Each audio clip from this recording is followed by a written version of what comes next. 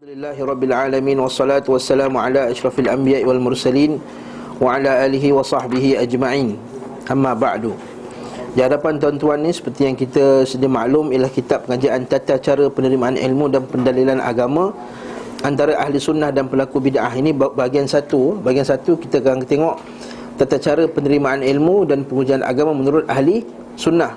Buku bahagian kedua kita akan tengok menurut ahli bid'ah pula. Ni kita akan tengok apakah kaedah ahli bid'ah ni dalam mengambil dalil.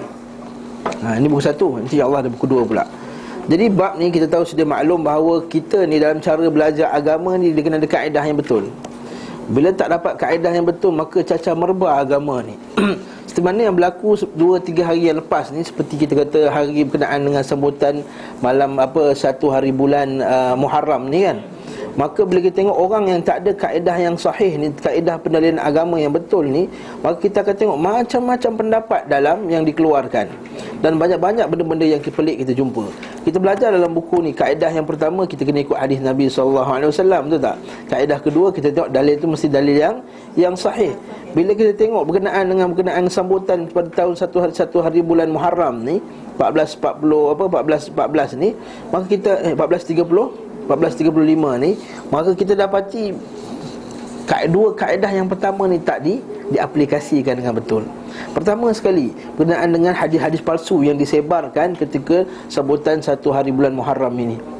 Ada dua hadis yang saya jumpa yang disebarkan oleh ustaz-ustaz yang terkenal, yang kita kata selebriti, ustaz-ustaz selebriti, yang sepatutnya yang telah menjadi rujukan orang ramai dalam bab beragama ni. Orang ambil kata-kata dia, orang terima dia, orang percaya kepada dia bahawa dia orang ahli ilmu, orang yang beragama. Namun malang sekali apa yang dikatakan, disebarkan itu sama sekali palsu. Seperti mana dia yang disebarkan oleh salah satu orang yang bergelar Al-Hafiz, dia letak gelaran Al-Hafiz pada nama dia. Maka dia sebarkan hadis, maka pada malam satu hari bulan Muharram, pada malam nisfu Sya'ban, pada malam Maulidur Rasul, pada setiap kali malam Jumaat, pada malam-malam setiap malam, dia kata roh-roh semua berterbangan mencari orang yang bersedekah kepada mereka. Maka kalau tidak ada orang yang bersedekah, maka mereka akan menangis, dia kata. Oleh itu banyakkanlah kita bersedekah pada malam ini. Kita kata ini hadis palsu, bukan hadis pun. Sebaran digelar oleh seorang ustaz, Datuk Doktor Udung ada Al-Hafiz lagi. Itu kita kata ini bukan tabligh saja. Ini golongan orang lain. Ini ustaz-ustaz selebriti yang terkenal. Ini kata dalil agama macam mana ni? Ada yang pula kata bila pendalilan agama yang tak benar, ambil hadis yang tak sahih, maka yang dia kata pula ada pula syaitan ketika kalau tak baca doa awal tahun dan akhir tahun tu, maka syaitan akan siapa yang baca syaitan akan menangis, dan siapa yang tak bacanya syaitan akan ketawa. Dia kata mana dapat tahu benda ni, syaitan menangis, syaitan ketawa? Macam mana kita tahu syaitan tu menangis, syaitan ketawa? Kita ni boleh nampak syaitan ke? So dia kata Ustaz Ali banyak kali dia kata siapa yang mendakwa nampak syaitan, nampak jin, maka kesaksian dia tertolak, dia tak boleh jadi saksi, tak boleh diterima, seperti kata Imam Syafi'i, innahu huwa yarakum huwa wa qabiluhu min haitsu la tarawnahum. Sungguhnya dia tu, iaitu jin itu, nampak kamu dan sedangkan kamu tak nampak mereka. Jadi macam mana kita boleh tahu yang benda tersebut ada? Pertama, ada syaitan benci ataupun suka, tak boleh tahu. Wala ya'lamul ghaiba illallah. Jadi siapa yang mengetahui benda gaib? Masalah isu syaitan dan jin ini adalah masalah benda gaib. Wala ya'lamul ghaiba illahu. Tak ada siapa yang mengetahui benda gaib melainkan dia, huwa dia. Jadi kita kata satu, masalah ini ialah masalah gaib. Yang kedua, bila dia kata benda ini ada fadilat tertentu, membacanya akan dapat pahala sekian dan sekian. Ini sekali lagi termasuk dalam masalah benda gaib. Kita tak boleh kata amalan sekian, pahala dia sekian, melainkan dengan melalui lisan Allah, melalui Allah dan Rasulnya.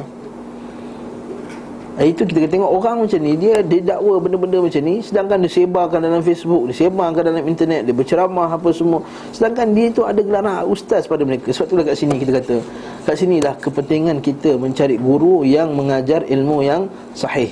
Kepentingan kita untuk mencari guru yang tidak menyebarkan hadis melainkan hadis-hadis yang sahih. Kita mencari guru yang tidak melainkan berakidah dengan akidah yang sahih. Bayangkan kalau pada zaman para salaf dulu, para ulama-ulama kita dulu mengajar hadis yang bohong, mereka akan bagi cop kat orang ni pembohong. Dia akan cop orang ni sebagai pemalsu hadis. Jangan ambil hadis daripada mereka. Bayangkan kalau satu hadis. Sekarang ni kalau ustaz tu dah menyebar berpuluh-puluh hadis, menyebarkannya. Seperti mana yang kita ma'ruf dalam rancangan televisyen tu, yang 30 minit tu. Ustaz tu kata kita ni disunahkan. Saya tak bagi tahu, tak nak sebut nama lah. Ustaz tu, kita ni disunahkan ketika ambil wuduk tu, kita basuh muka, bila basuh muka tu kita baca doa, ya Allah ya Tuhanku, putihkanlah wajahku di wajah Engkau ketika hari Kau hitamkan wajah-wajah orang-orang kafir ya Allah. Itu bila basuh tangan, kita disunnahkan. Saya nak highlight perkataan disunnahkan tu. Disunnahkan basuh tangan kita. Bila kita basuh tangan kanan, kita kata ya Allah ya Tuhanku, berilah kitabku daripada tangan kananku ya Allah. Bila basuh tangan kiri pun kita baca ya Allah ya Tuhanku, janganlah bagi kamu bagi kitabku daripada tangan kiriku ya Allah. Bila basuh kepala, ya Allah ya Tuhanku, selamatkanlah ubun-ubunku daripada azab Allah ya Allah Tuhanku. Bila basuh tengkuk pula tu, dia kata bila basuh tengkuk, basuh tengkuk, bila basuh tengkuk, ya Allah ya Tuhanku, dilepaskanlah tengkuk-tengkukku daripada azab api neraka ya Allah. Bila basuh kaki, kata ya Allah ya Tuhanku, janganlah Kau gelincirkan aku di atas titian asirat ya Allah. Dia kata disunnahkan. Saya pernah jumpa satu buku. Ya memang buku, memang macam-macam buku ada. Buku dalam dunia ni macam-macam buku. Tapi memang tak ada. Imam Nawawi rahimahullahu ta'ala sebut, dia kata telah sepakat ashabuna, ulama-ulama kami, iaitu ulama-ulama mazhab Syafi'i, bahawa doa ini tak datang daripada Nabi sallallahu alaihi wasallam. Tak ada riwayatnya, tak ada apa-apa pun. Habis tu ustaz tak boleh baca ke? Nak baca, jangan kata disunnahkan. Nak baca-bacalah bila masuk muka tu, ya Allah, putihkan aku juga ya Allah. Tapi dia kata banyak refer kepada Matlab Badrin. Apa ini kitab kita ni disuruh ikut kitab ke disuruh ikut Rasul? Ya betul. Matlab Al-Badrin ni kitab-kitab fiqh, kitab kuning kita. Kita tahu antara benda yang kurang pada kitab-kitab kita yang lama ni, kitab kuning kita, ialah dalil. Satu, kedua, kesahihan dalil. Ini satu benda. Mungkin sebab apa, mungkin kita tengok kita kata reformasi, perubahan masyarakat kepada nak yang sahih tu, ilmu hadis tu tak sampai kat masyarakat kita. Kita tak boleh salahkan ulama-ulama kita yang awal, sebab itu ilmu yang dia belajar. Betul tak? Kita boleh kata apa tu ustaz-ustaz pondok semua salah lah ustaz. Kita kata yang disampaikan itu yang disampaikan dia. Jadi dia sebarkan apa yang dia tahu. Zaman sekarang orang ada teknologi, orang ada ulama, kita boleh hubungi ulama, kita boleh tengok kitab, ada ribuan kitab-kitab hadis yang kita boleh periksa kitab-kitab hadis-hadis tersebut. Dia boleh cek hadis itu, status hadis dalam masa beberapa minit saja. Diperlukan sedikit usaha, tahu bahasa Arab, tahu buka kitab, kita boleh tahu benda tu sahih atau tidak sahih. Takkanlah ustaz-ustaz yang bergelar hafiz, yang bergelar ini apa semua ni, bila datangnya hadis kat dia tak ada langsung selera nak pergi cek hadis tu. Ini yang kita marah ni. Sebab diorang ni bukannya orang awam. Kalau orang awam yang tak tahu bahasa Arab, yang ada di masjid, mereka tersilap dalam masalah ni, kita tak salahkan mereka. Sebab mungkin tak sampai ilmu tu. Ini awak graduate universiti. Sebab ada kamu dulu kat universiti tak belajar, ponteng kelas, ataupun memang kamu sengaja nak menyebarkan, kamu ada i'tiqad bahawa hadis palsu boleh disebarkan. Macam mana tak boleh cek? Hadis tu boleh cek, boleh dekat kitab. Ada ulama kita dah himpunkan ribuan hadis-hadis berkenaan dengan hadis-hadis sahih dan hadis-hadis yang palsu. Ulama kita Al-Manarul Munif fi Sahih wa Dhaif. Satu ulama Ibn Qayyim dah asingkan kitab Sahih dan Dhaif. Kashful Khafa Ajluni, Imam Ajluni telah asingkan hadis-hadis ini. Ustaz Al-San'ani juga telah karang kitab-kitab yang dikumpulkan hadis-hadis yang palsu dan dhaif ni. Dan lebih zaman sekarang ni lagi canggih, telah di elektronikkan semua buku-buku ni. Kita type je Ustaz Adli tu, bila dia cek hadis dia type je prompt keluar. Tapi kenapa dia nak juga ketegak juga? Ketegak, nak ketegak, nak pertahankan juga benda-benda yang diamalkan tu. Jadi kita takut jadi termasuk dalam apa larangan Allah tu kan, iaitu apa man ahdatha anni bihaditsin yura annahu kadhib fa huwa ahadul kadhibin. Siapa yang meriwayatkan daripada aku hadis yang disangkakan, yang dilihat padanya ada penipuan, disebarkan juga, maka termasuk di kalangan orang yang berbohong juga. Dalam hadis lain pula, man ahdatha fi berkata man kadzaba alayya muta'ammidan falyatabawa maq'adahu minan nar, bohong ke atasku maka siap tempat duduk dalam neraka. Kita sebarkan hadis palsu dalam masyarakat. Masyarakat orang awam dia betul berpeganglah pada itu. Orang semua beria nak baca doa pada hari itu. Dan ada pula kata apa salahnya ustaz doa? Apa salahnya ustaz doa? Ya, berdoa tak masalah. Doa macam hari-hari biasalah, lepas sembahyang doa, lepas sembahyang tahajud doa. Ambil waktu-waktu mustajab. Waktu mustajab bila waktu mustajab? Akhir malam, antara azan dan iqamah, lepas tasyahud akhir sebelum salam, masa hujan turun. Sekarang musim hujan, hari Jumaat, ketika kita dalam kesusahan, ketika dalam musafir, ibu pada anaknya, ketika dalam sujud, banyak tempatnya mustajab. Yang sunnah ni tak nak diajar. Jadi dia kata, apa salahnya berdoa? Ya, berdoa tak salah, tapi iktiqad kamu bahawa pada malam ni special berdoa, maka kamu telah menjadikan agama ni satu agama yang baru. Kamu buat satu agama yang seolah kamu kata Nabi dulu tak ajar, yang baru waktu ni waktu mustajab. Seolah kamu dah ajar bahawa Nabi seolah kamu nak kata Nabi, para sahabat, kita akan tengok nanti kejap lagi, para sahabat, Nabi, sahabat, Imam Syafi'i, ulama-ulama kita yang awal tu agak-agaknya tak tahu benda ni. Cuma satu, kalau tak kamu nak dakwa tak tahu. Kalau kamu dakwa mereka tak tahu, maka kamu telah dakwa mereka jahil. Itu rosak akidah. Kalau kamu kata mereka tahu tapi dia tak bagi tahu semua orang, kamu dah dakwa mereka merahsiakan ilmu. Allah Ta'ala sebut dalam Al-Quran, siapa yang rahsiakan ilmu itu, ulaika yal'anuhumullah wa yal'anuhumul la'inun, orang malaikat akan laknat mereka. Nampak?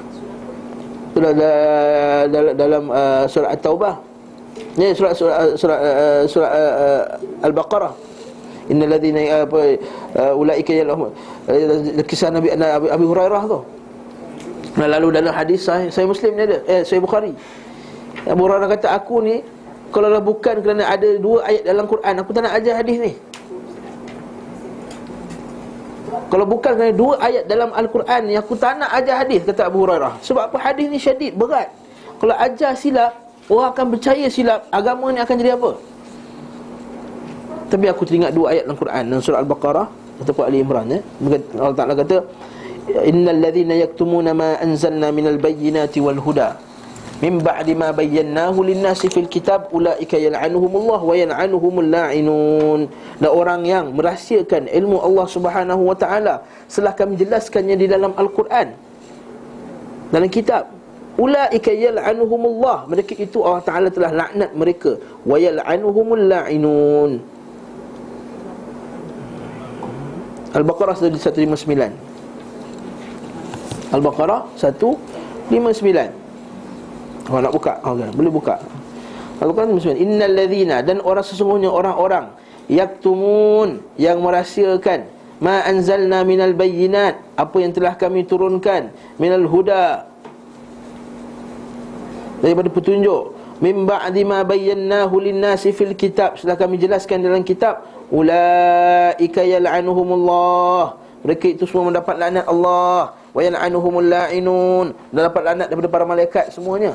Jadi kalau kedua, kamu dakwa Nabi, para sahabat, Imam Syafi'i dan semuanya tak ajar benda ni, tahu tapi tak ajar, maka kamu telah dakwa mereka ini apa? Merahsiakan ilmu. Bila merahsiakan ilmu, maka kamu telah dakwa mereka akan didapat laknat Allah Ta'ala. Wah, bahaya. Nombor 1, kamu dakwa jahil. Kalau kamu kata Nabi tak tahu, para sahabat tak tahu, imam-imam kita tak tahu, maka kamu telah dakwa mereka ni jahil. Kamu lebih alim daripada mereka. Masalah. Yang kedua, kalau kamu tahu mereka tahu tapi mereka tak ajar, maka kamu dakwa mereka telah merahsiakan ilmu. Habis itu nak kata apa? Tapi ustaz, ulama, ada ustaz kata boleh, ada ustaz kata boleh, apa salahnya?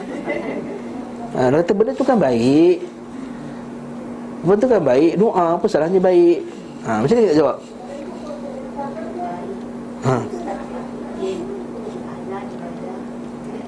Baik. Agak. Dia buatkan masa tu jadi satu peristiwa kan. Jadi satu amalan pula. Dia telah mereka membuat satu amalan khusus pada waktu tertentu, pada waktu tertentu. Jadi lepas ni dia kata apa salahnya? Okey, lepas ni saya akan nak reka satu ibadah lah. Setiap kali pukul 10 kita baca Yasin. Apa salahnya? Kita kata Yasin 10, kita kata. Siapa buat ni? Ustaz Yunus, Ustaz Taklim tu. Masjid dia buat selalu Fadilah Yasin macam-macam. Sama lah juga. Yasin 10. Ataupun macam ni lah, kita buat lagi. Kita baca time rokok kita baca Astaghfirullah. Tanya dia Ustaz. Time rokok nanti ada. Time rokok kita baca Astaghfirullah. Astaghfirullahalazim, Astaghfirullah. Kita akan cakap, boleh tak? Kenapa tak boleh? Benda tu baik ke baik? Baca Astaghfirullah, istighfar. Bukan tempat dia. Benda tu baik.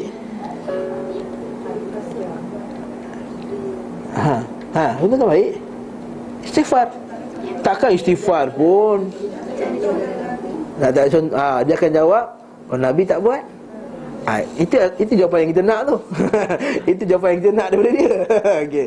Itu jawapan yang kita nak. Ataupun kita kata, okay, lepas ni Qabliyah Zuhur kita buat jemaah. Qabliyah Zuhur, sunat Qabliyah tu kita buat jemaah. Kita buat sembahyang jemaah sama-sama. Lagi kita berkumpul sembahyang apa ni? Sunat Qabliyah Zuhur berjemaah. Allahu Akbar. Jemaah kan bagus, darat 27 kali ganda. Tak nak? Tak nak darat 27 kali ganda.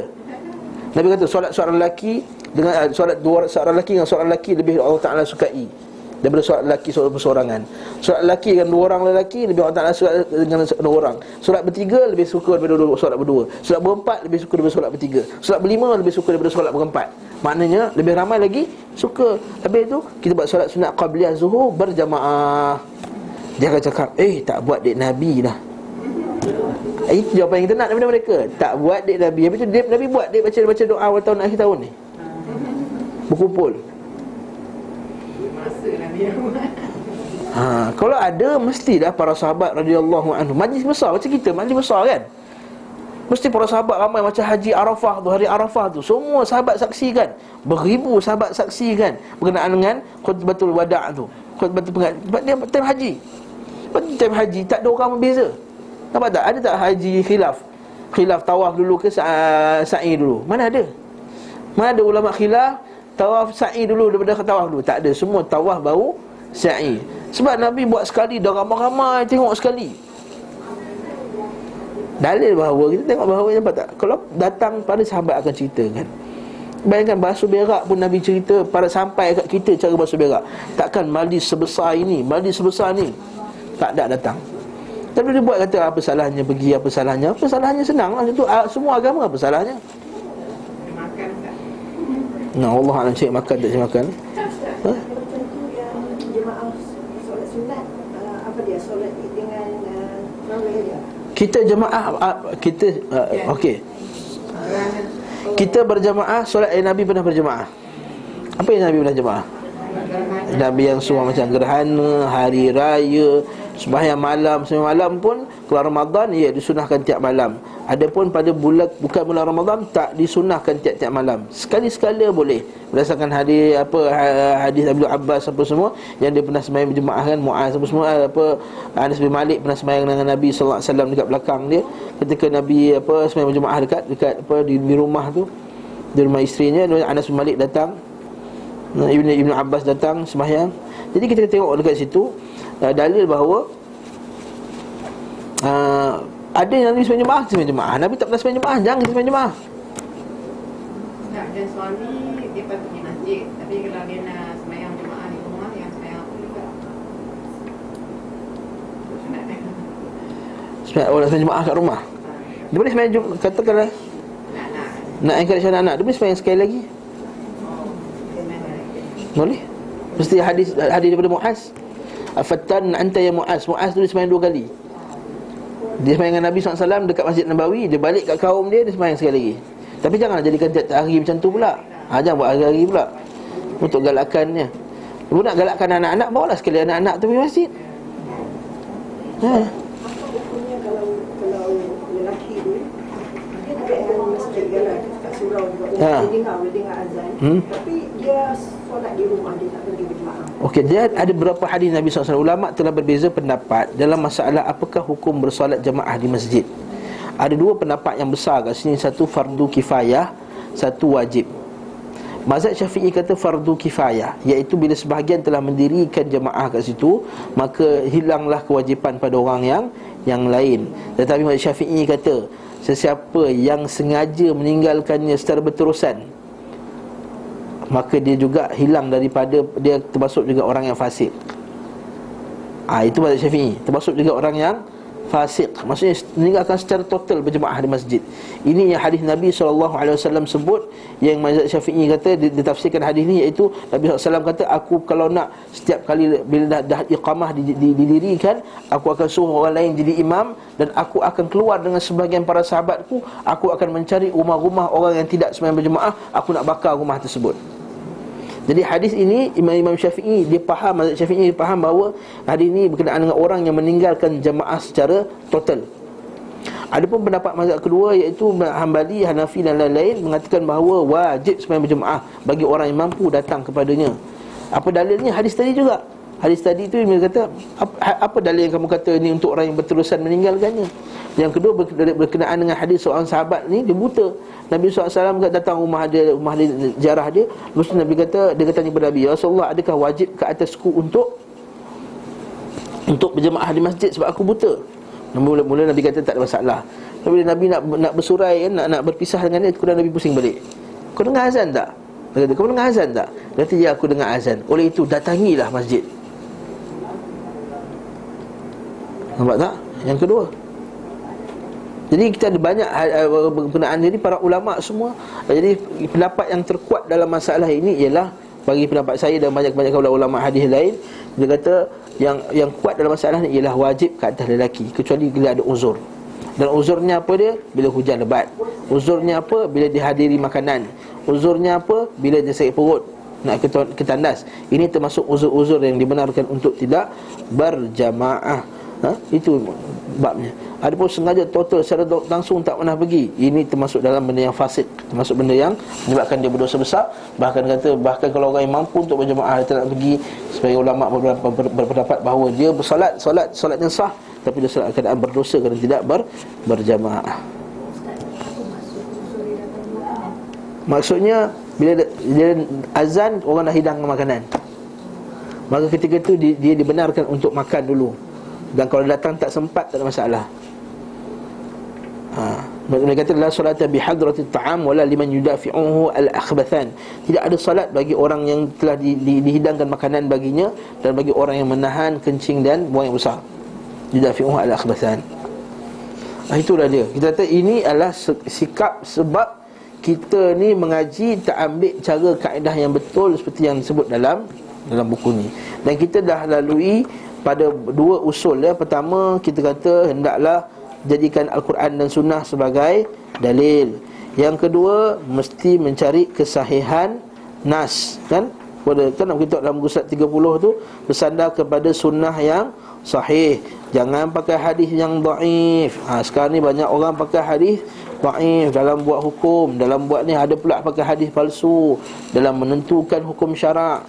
Kalau orang petikai kan, habis tu ustaz, bukankah hadis dhaif juga boleh dipakai? Kita kata hadis dhaif boleh dipakai hanya dalam bab apa dia? Fadail a'mal, iaitu menceritakan kelebihan-kelebihan beramal. Itu pun sekiranya dia melengkapi beberapa syarat.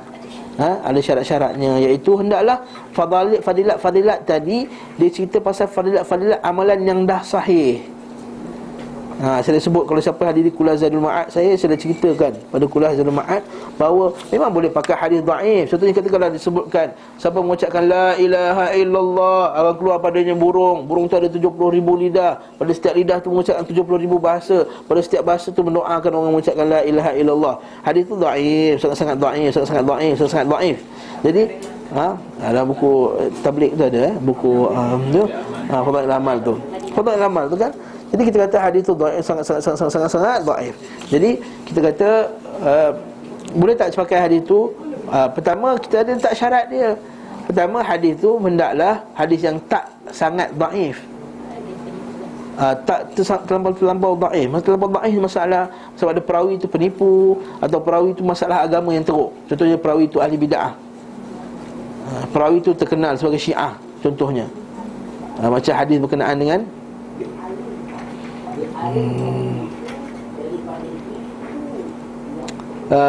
Nabi Adam, dia bertawassul dengan Nabi Muhammad sallallahu alaihi wasallam. Aku minta ampun kepadamu ya Allah dengan nama Muhammad. Hadis tu dengar tak?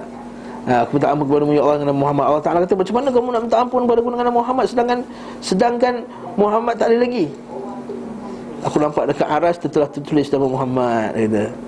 Oleh sebab itulah aku, hadis tu dhaif. Hadis tu dhaif. Jadi kita kata boleh tak bertawassul dengan Nabi? Selawat Nabi boleh, dengan Nabi tak boleh. Saya pernah dengar kuliah di UST Melayu satu tak kata dengan Nabi boleh bertawassul. Bertawassul dengan Nabi, dengan selawat kepada Nabi boleh. Dengan iman kepada Nabi boleh. Selawat kan? Ya Allah Tuhanku, aku mohon kepadaku ya Allah dengan imanku kepada Nabi Muhammad sallallahu alaihi wasallam boleh. Ya Allah Tuhanku, aku mohon kepadamu ya Allah dengan selawat Nabi sallallahu alaihi wasallam. Ini boleh. Adapun ya Allah Rasulullah, aku mohon kepadamu ya Allah dengan berkat Nabi-Mu ya Allah. Yang ini ada pertikaian ulama' dalam masalah ini, dan yang selamatnya kita elakkan. Ada satu lagi pula, ya Allah aku mohon kepadamu ya Allah dengan jah Nabi, dengan jah kemuliaan Nabi. Yang ni pun ulama' ada pertikaikan. Kita kata ada masalah kat situ, jadi kita kata kita elakkan. Kita ni kalau kita orang kata makanan ni halal ke, ulama' ada beza pendapat. Dalam masalah ni ada sebagian ulama kata air ni haram, sebagian ulama kata air ni halal. Kita nak minum tak air ni? Saya tanya tuan-tuan. Was-was, syubhat. Betul tak? Syubhat. Faman ittaqa syubhat faqad istabra'a li dinihi wa irdihi. Siapa yang menjaga benda-benda syubhat ni, maka telah menjaga agamanya dan maruahnya. Hadis Nabi sallallahu alaihi wasallam, hadis sahih. Jadi kat sini kita kata ada ulama kata ditolak bab ni.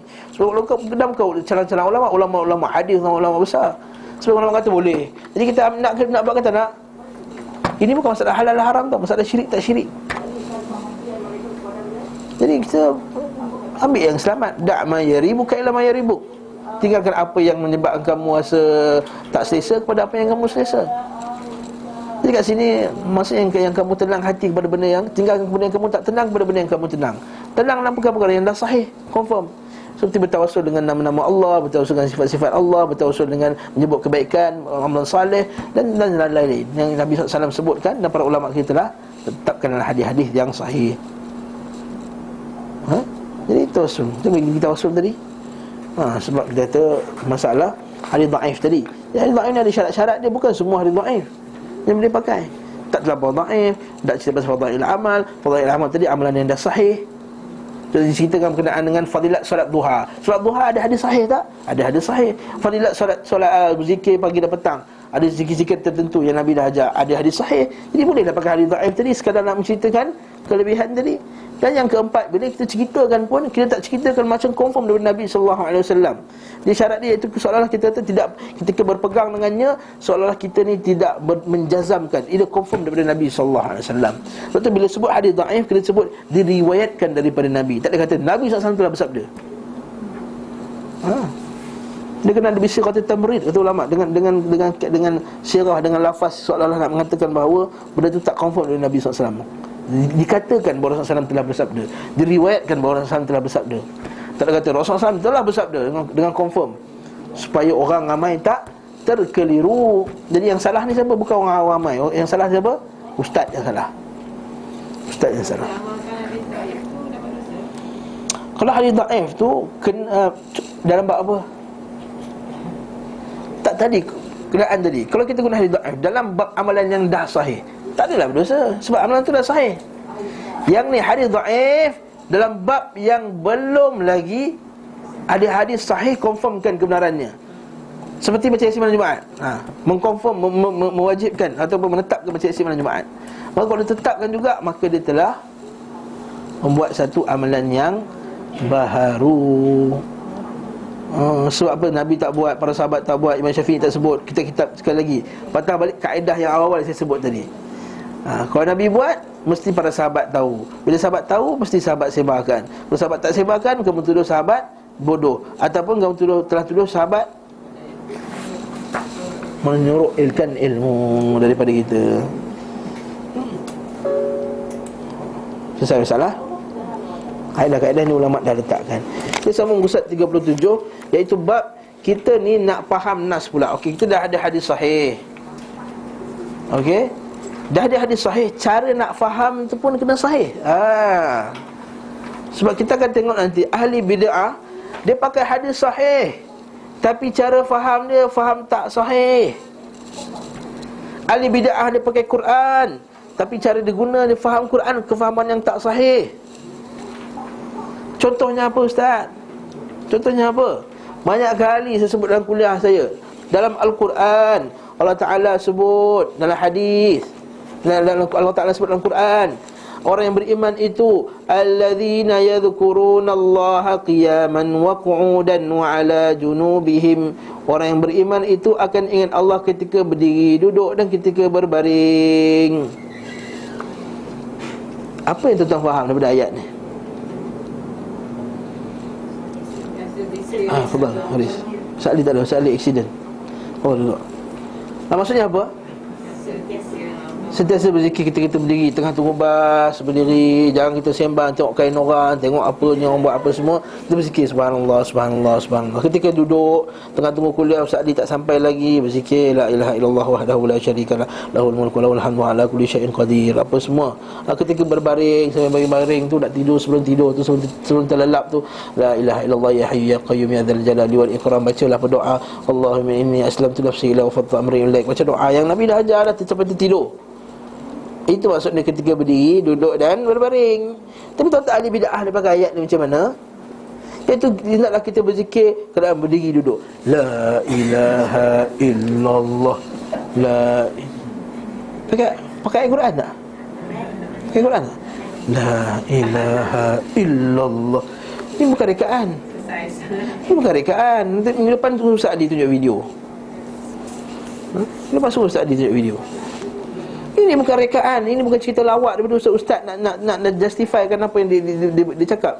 Ini yang berlaku dalam masyarakat kita. Betul. Walai. Tarekat yang sesat ni. Pakai Al-Quran tak? Pakai Al-Quran, tapi kefahaman yang salah. Hadis Nabi SAW pula, hadis Ja'far bin Abi Talib. Ja'far, bila Nabi kata engkau adalah sebahagian daripada aku adalah sebahagian daripada engkau, Ja'far pun happy, dia pun joget. Oh, dia pun happy. Dalil bahawa bila zikir boleh joget. La ilaha illallah, la ilaha illallah. Tu dia berzikir macam tu. Kita tengok tak? La ilaha illallah. Tangan macam tu. Ada setengah zikir dekat setengah cecen tu, berpusing berlari. Buat tarian, buat formation lagi, pusing semua. Kita tengok tak? Boleh tengok. Zahid, Profesor Dr. Zahid, Dr. Zahid UM. Dia ketua tarekat Naqsyabandiyah Khalidiyah. Nak ikut dia kena Naqsyabandiyah Khalidiyah. Telah diharamkan di Kedah. Dia kena ISA sekali. Dr. Zahid Siddiq. Dia buat nama rotan tadi. Buat rotan itu isu lain lah. Itu ada juga sebagian ulama kata boleh. Dia sarankan kita zikir ni di qalbu. Zikir qalbu saja ke dengan mulut? Seorang sahabat, ya Rasulullah, ada banyak benda-benda, hadis sahih Muslim dan lain-lain hadis sahih. Ya Rasulullah, aku ni dah tua, banyak amalan-amalan yang aku tak mampu nak buat. Bagilah aku satu nasihat ya Rasulullah, yang bila aku amalkan, aku boleh amal sampai aku mati. Nabi kata, la yazalu lisanuka ratban bi zikrillah. Hendaklah senantiasa lidah kamu. Lidah ni hati ke mulut? Mulut. La yazalu lisan kamu ratban, basah. Bila kita zikir, kita lidah kita aliu keluar kan, ratban bi zikrillah, basah dengan berzikir kepada Allah Subhanahu Wa Taala. Maksudnya kena sebut dengan mulut. Zikir bukan hanya dalam hati. Zikir bukan hanya dalam hati. Dalam hati boleh juga ingat Allah masa dalam hati. Bagi kita kena asas kepada mulut tu mesti dalam asas start daripada hati. Tapi tak cukup hati saja. Dia mesti dengan mulut, zikr. Dengan lidah. Dengan lidah. Kalau macam dia dalam satu ceramah dia tu, dia kata, rapatkan bibir, lidah tongkat langit. Itu kata bid'ah. Ini kata bid'ah ni. Nabi ajar senang je. Berzikir macam tu je nak kena. Berzikir apa benda ni?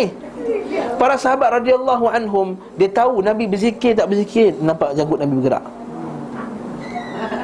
Nampak tak? Subhanallah. Janggut gerak. Janggut Nabi namanya lebat. Saya tak nampak. Janggut Nabi kan lebat, kasif, lebat. Jadi dia boleh nampak janggut Nabi bergerak. Para sahabat ni macam mana kamu tahu Nabi tengah baca something? Janggut Nabi bergerak. Maksudnya bila bergerak kan. Ni kita tak ahli bid'ah ni macam-macam. Dia benda yang menyesatkan orang. Pelik tu dapat doktor apa semua. Ada PhD kata jangan tengok PhD. Jangan tengok ada D kat depan tu. Kata ada guru saya dulu. Guru ada syekh tu. Cuma Kumbil kata aku tak nampak dal dekat depan tu melainkan dajjal, dia kata. Bukan macam tu, kita orang kesian doktor-doktor yang lain.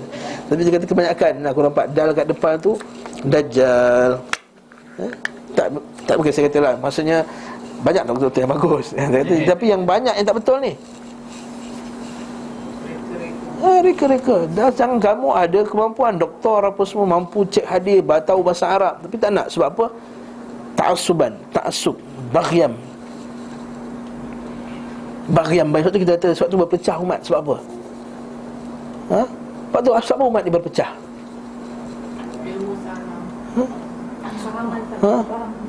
Sebab apa? Bila fahaman salah tadi.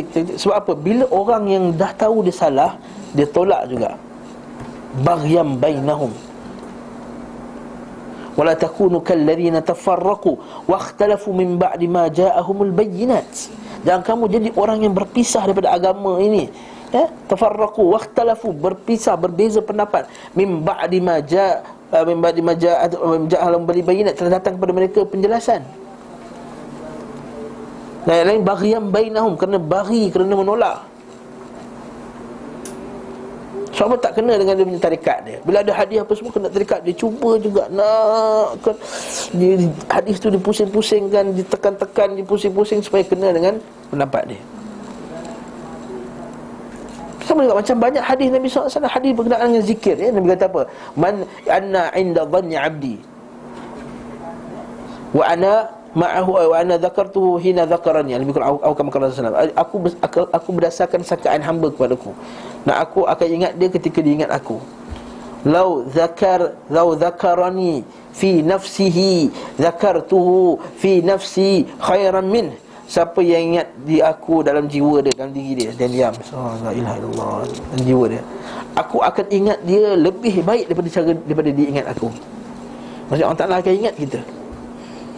Allah Ta'ala ni syakur. Sebab Allah Ta'ala ialah syakur. Allah Ta'ala ni maha bersyukur, maha akan membalas kebaikan orang yang buat kat dia, amal salih tadi. Wa man dzakarani fil mala', siapa ingat aku dalam keadaan ketika orang ramai. Ada hadis ni. Maka dzakartuhu fi mala'in khairan min, aku akan ingat dia ketika orang ramai lebih baik daripada tu. Maksudnya ketika akhirat nanti, ketika orang berjuta orang, Allah Ta'ala akan ingat si fulan dan si fulan dan si fulan. Sebab kat dunia dulu dia selalu ingat aku. Hadis ni dia gunakan, nampak, siapa yang mengingati aku ketika dalam orang ramai, maksudnya berzikir beramai-ramai. Nampak tak cara dia faham nas? Tadi kita pergi dengan sikit, la ilaha illallah, tu lagi ramai, lagi bagus. La, sampai bergegar masjid, sampai bergegar stadium ke apa, tak kisahlah. Bila kita katakan ini bukan maksud. Ini maksudnya bila kita dalam ramai, orang tengah kecoh-kecoh, wah dekat pasar apa, kita baca doa masuk pasar contohnya. Betul tak? Kan? Bila kita tengok sekali tertinggal duit, Allah, alhamdulillah ala kulli hal. Tengok kita tengah orang ramai, tayar pancit, alhamdulillah ala kulli hal, inna lillahi wa inna ilaihi raji'un. Tersenyum je kita. Hai, pancit tayar aku ni. Dia tak maki-maki, dia senyum lagi, pancit tayar aku. Kereta baru beli 2-3 bulan. Dah apa kena tukar tayar. Tayar baru tukar, dia semua senyum. Allahu Akbar, redha. Maka kat sini kita kata dia ingat Allah ketika dalam orang ramai. Bukannya berzikir ramai, Allah bergegar macam tu. Lepas tu bila para sahabat radhiyallahu anhum, bila dia pergi perang tu kan, bila naik bukit, Allah terjerit-jerit. Dia kata innaka la tad'u al-asam. Kamu bukan berdoa kepada orang yang buta tuli, yang pekak. Allah kepada Allah yang Maha mendengar lagi Maha. Ada tempat yang kita disunahkan untuk angkat suara tinggi, seperti talbiyah. Labbaik Allahumma labbaik, labbaik la syarika lak labbaik. Bila kita baca talbiyah dengan kuat, segala batu-batu, pokok-pokok yang lalu kita lalu ketika kita talbiyah tu semua akan doa dengan kita. Nampak ahli bidah akan buat macam mana? Nampak? Berzikir kuat. Jadi sebab tu kita kena zikir kuat, subhanallah, supaya semua batu-batu semua akan doa kita. Nampak tak? Guna dalil kat tempat ini, dia campur kat tempat ni. Ni perangai bidah lagi. Faham nas salah. Hadis tu berkenaan dengan talbiyah, bukan semua jenis zikir. Kalau tidak, lepas ni hang sembahyang pun hang baca zikir kuat. Subhana rabbil azim wa bihamdi, subhana rabbil azim wa bihamdi. So apa kau zikir kuat sangat, baca subhana rabbil azim, kata, kau tak dengar ke Nabi kata kalau kita baca labbaik Allah, semua pokok-pokok, semua batu-batu doakan. Lepas tu aku baca kuat-kuat. Ada satu lagi orang tu lagilah, mana tarekat juga. Dia kata apa? Dia kata baca kuat-kuat malaikat tak dengar. Inna lillahi wa inna ilaihi raji'un. Nah, belahan sangat malaikat tak dengar. Allahu akbar. Allah, malaikat tak dengar. Malaikat tak dengar. Hadis sahih Muslim. Kita berniat, kita dah jumpa kot nanti. Kalau Ustaz Ali kita jumpa nanti. Idza hamma abdun bihasanatin, bila seorang hamba baru nak buat, ingat nak buat baik, ditulis baginya satu kebaikan. Fa in amilaha, ketika beramalkannya, ditulis baginya 10 sampai ke 700 kali ganda. Ila sab'ati mi'ati dhifin. Macam mana tulis tu? Siapa yang tulis? Nah, hadis lain pula, ya Rasulullah, ya Allah ya Tuhanku, malaikat kata, hamba kamu ni nak buat jahat, Allah tak akan tunggu dulu sama ada dia buat atau tidak. Dia tak buat, dia baru nak buat. Sekali dia tak buat, dia tak buat kejahatan yang dia niat tadi, malaikat, Allah Ta'ala kata pada malaikat, tuliskan dia kebaikan baginya. Fa innama tarakahu jarraya, sungguh dia telah meninggalkannya kerana takut kepadaku. Tulis lagi kebaikan baginya. Macam mana malaikat tulis? Kalau kata malaikat tak dengar, dia kata ini Dajjal. Kita kata Dajjal, Dajjal minad Dajjajilah.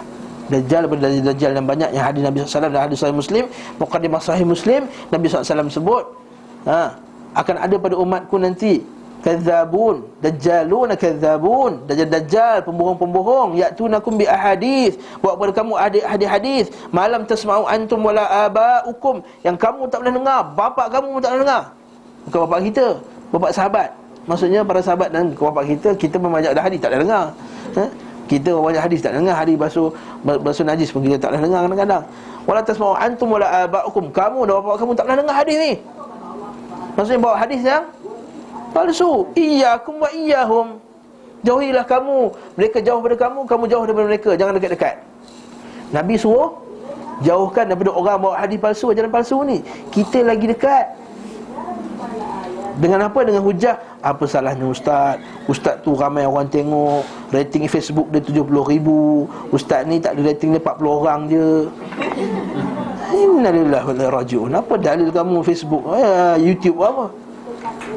Ada setengah tu bila kata ini tak sahih, kata lah ustaz ni jealous, kata tengok YouTube dia 36 orang je, YouTube ustaz ni 700,000. Inilah aku tak peduli lah YouTube 36 ke 40 orang.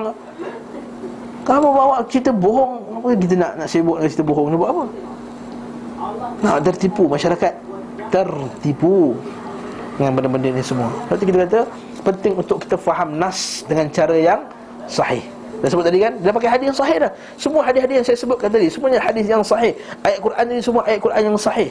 Kau juga cakap ayat Quran, ya ayyuhallazina amanu ittaqullaha wabtaghu ilaihil wasilah, dalam surah Al-Maidah. Wahai orang yang beriman, bertakwalah kamu kepada Allah dan carilah wasilah kepada Allah, surah Al-Maidah.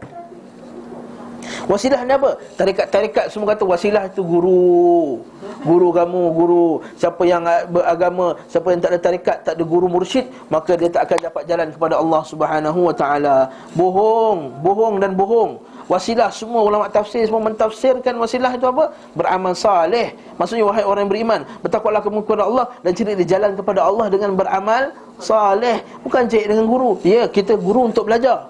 Guru penting, guru untuk belajar. Fasalu ala dzikri in kuntum la ta'lamun.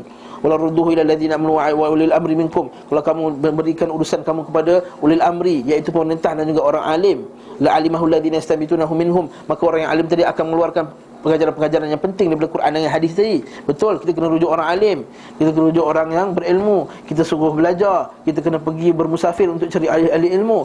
Tetapi guru tadi bukanlah kita kata kalau tak kunci kita masuk syurga. Maksudnya kita kena melalui syurga melalui guru ni. Seperti mana setengah-setengah tarekat, lepas tu dia kata kena guru mursyid, lepas tu dia angkat guru dia lebih dari tempatnya. Selipar dia angkat bila masuk bangunan, dia tepuk-tepuk selipar, kepit selipar, pegang bawa. Kuburnya dibina dengan binaan yang besar. Apa saja nak tanya guru dia dulu, nak kahwin bertanya guru dia dulu.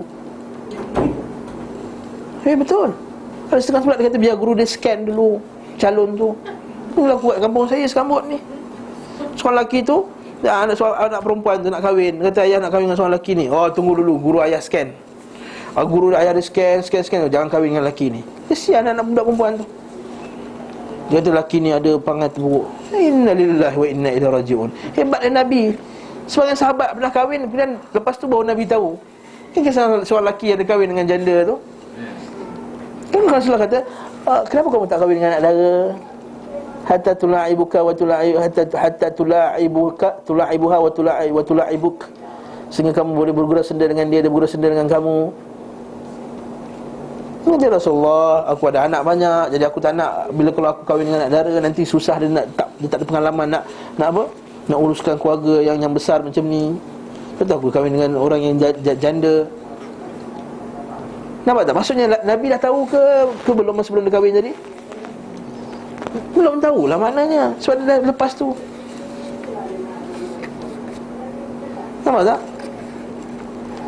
Jadi semua nak tanya guru dulu, masalah lah. Jadi ini sikap yang melampau, al-ghulu dalam mentakzimkan orang salih, melampau dalam mengagungkan orang yang salih adalah punca berlakunya syirik. Terlampau dalam mengagungkan orang salih adalah punca berlakunya syirik. Betul tak? Ini hadis dalam Quran. Sebab apa jadinya orang pergi sembah berhala dalam masyarakat jahiliah dulu? Sebab apa berhala disembah dalam masyarakat jahiliah? Adakah berhala itu tiba-tiba Tuhan? Tidak. Asal berhala itu ialah orang yang saleh. Bila mati, mereka bina buat patung. Akhirnya diorang mula-mula hanya nak ingat saja, lama-lama jadi sembahan. Sekali lagi tadi ayat Quran tadi, wa yang beriman carilah wasilah kepada Allah. Sekali lagi telah disalah tafsir. Kalau kita kumpulkan nak cerita sampai malam boleh. Semua ayat-ayat yang telah disalah tafsir Al-Quran. Kalau dengar yang pelik-pelik lagi ada belakang. Hadis Nabi sallallahu alaihi wasallam, Nabi kata, la tufaddiluni ala Yunus bin Matta. Jangan kamu melebih-lebihkan aku daripada Yunus bin Matta. Kisah berkenaan dengan orang bergaduh. Orang Yahudi dengan orang Islam bergaduh, mana lagi afdal? Ada yang kata Nabi Musa lagi afdal daripada Nabi Muhammad sallallahu alaihi wasallam, sampai akhirnya orang Islam tu tumbuk muka orang Yahudi tu. Dan Sahih Muslim juga kita akan tengok. Nabi kata jangan kamu kata macam ni. Semuanya aku akhirat nanti aku adalah orang yang pertama. Aku tak pasti adakah aku yang pertama dibangkitkan atau Musa dibangkitkan. Sebab bila aku dibangkitkan, aku tengok Musa sedang pegang arash. Ada Sahih Muslim. Bila aku dibangkitkan, aku melihat Musa sedang memegang arash. Jadi Nabi kata aku tak pasti siapa yang dibangkitkan dulu. Betul, kita kata Nabi Muhammad SAW seafdal-afdal para anbiya. Tapi Nabi larang kita bersikap ta'assub. Maksudnya, mana lagi afdal? Nabi Muhammad ke Nabi Musa? Aku Nabi Muhammad lagi afdal. Ini lagi macam nak jadikan pergaduhan, ta'assuban.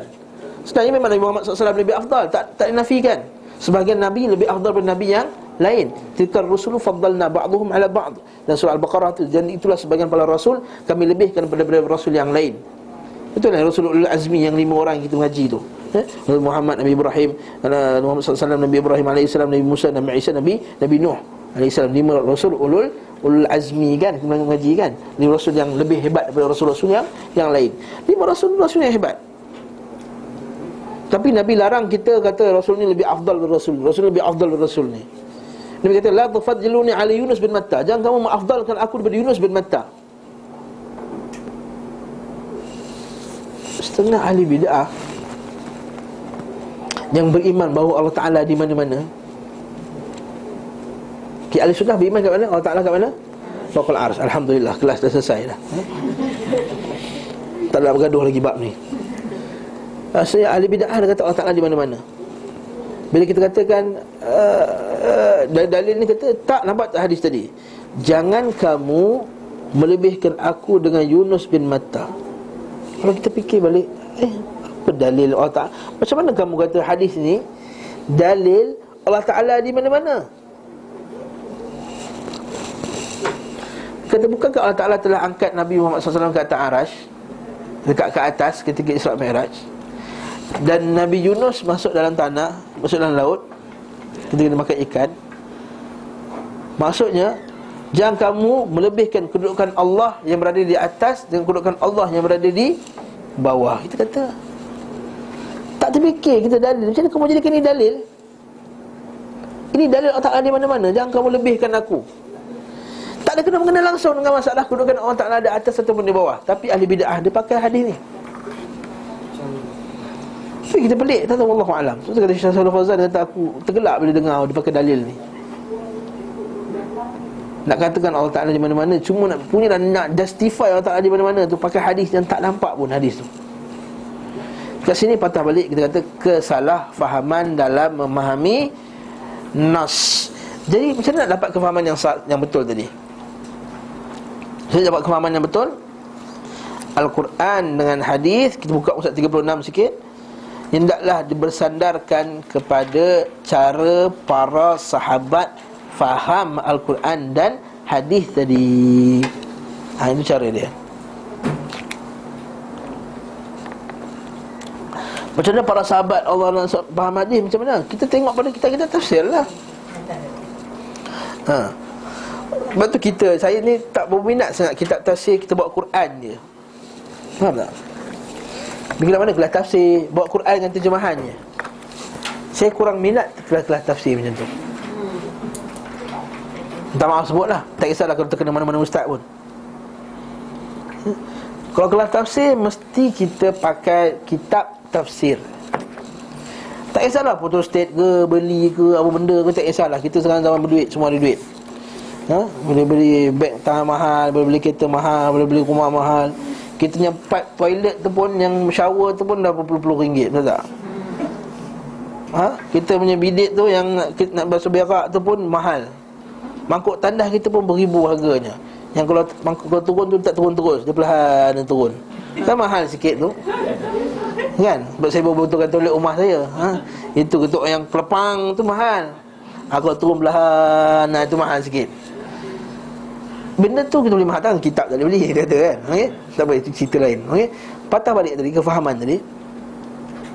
Sebab kalau kita buka kitab tafsir tu Ibnu Katsir, kita buka Tafsir Tabari, setiap ayat tu jangan kata berkata Ibnu Abbas, berkata Ibnu Mas'ud, berkata Abu Bakar As-Siddiq, berkata Umar Al-Khattab, berkata Dhahhak, berkata Sufyan Al-Thawri, berkata Hasan Al-Basri, berkata Mujahid bin Jabir, berkata Qatadah, berkata siapa ni? Berkata-berkata ni siapa ni?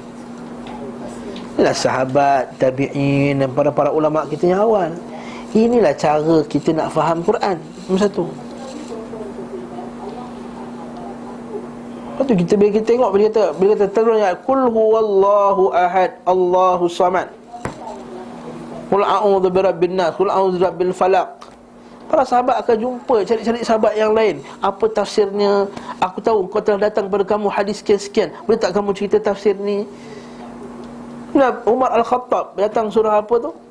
Idza ja'a nasrullah tu. Umar Al-Khattab ni pergi tanya siapa? Ibnu Abbas.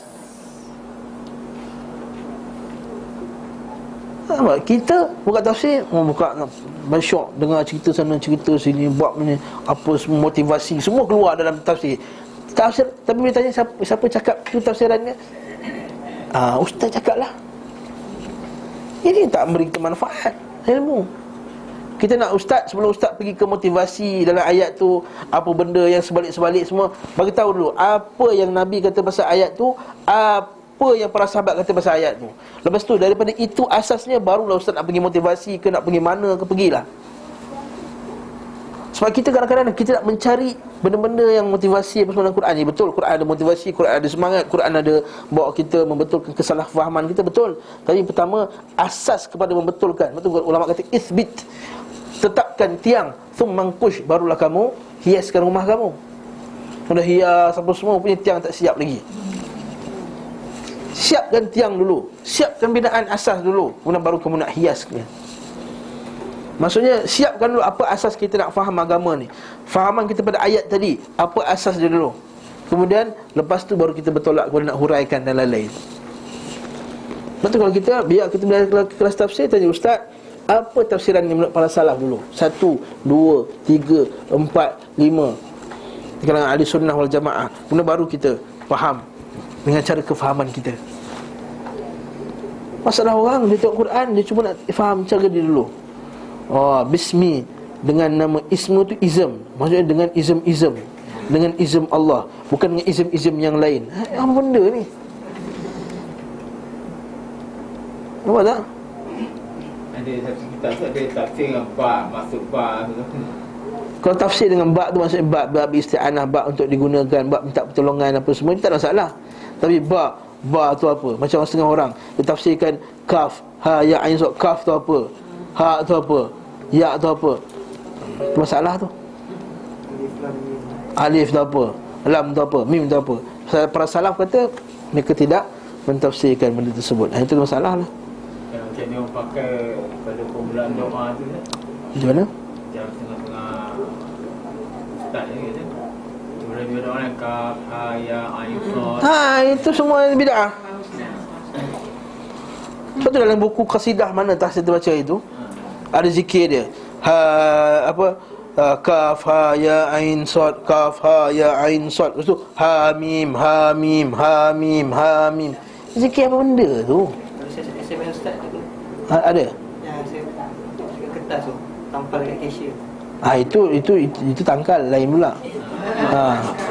Yasin, ya tarik sin, ya tarik sin, ya tarik sin, tarik sini, ha mim, ha mim, ha mim, ha mim. Apa benda ni? Sebab tu kita ada setengah-setengah kasidah berdah tu, kalau kita tengok sebahagiannya, bukan semuanya, ada zikir tu. Ratib tu kan, ratib al ni al tu saya tak sebut lah. Ada kat situ dia sebut tu yang kaf ha ya ain sad, kaf ha ya ain sad.